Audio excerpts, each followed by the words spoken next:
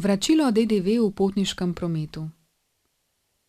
Kupec, ki v Uniji nima stalnega ali običajnega prebivališča in iznese iz Unije blago, kupljeno v Sloveniji, vključno z nadomestnimi deli, ki so zaradi popravila ali servisiranja vgrajeni v motorna vozila, plovila ali zrakoplove, registrirane zunaj davčnega območja Unije, ima pravico do povračila davka na dodano vrednost, plačanega na izneseno blago.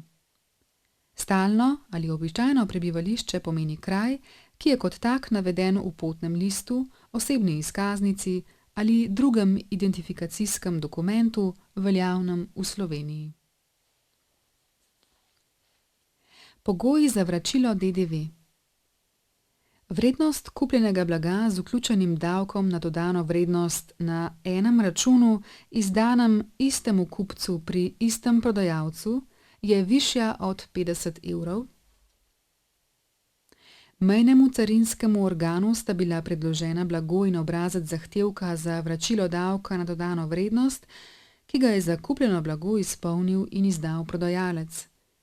Zahtevku morajo biti priloženi izvirniki računov, izvirnik zahtevka za vračilo davka na dodano vrednost in izvirnike priloženih računov carinski organ po pregledu overi in vpiše datum iznosa blaga iz Unije.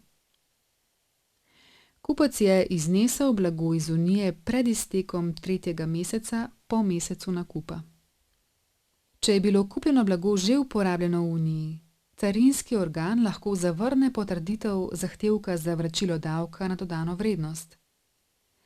Pravice do vračila davka na dodano vrednost ni mogoče uveljaviti za trošarinske izdelke, mineralna olja, alkohol in alkoholne pijače, tobak in tobačne izdelke.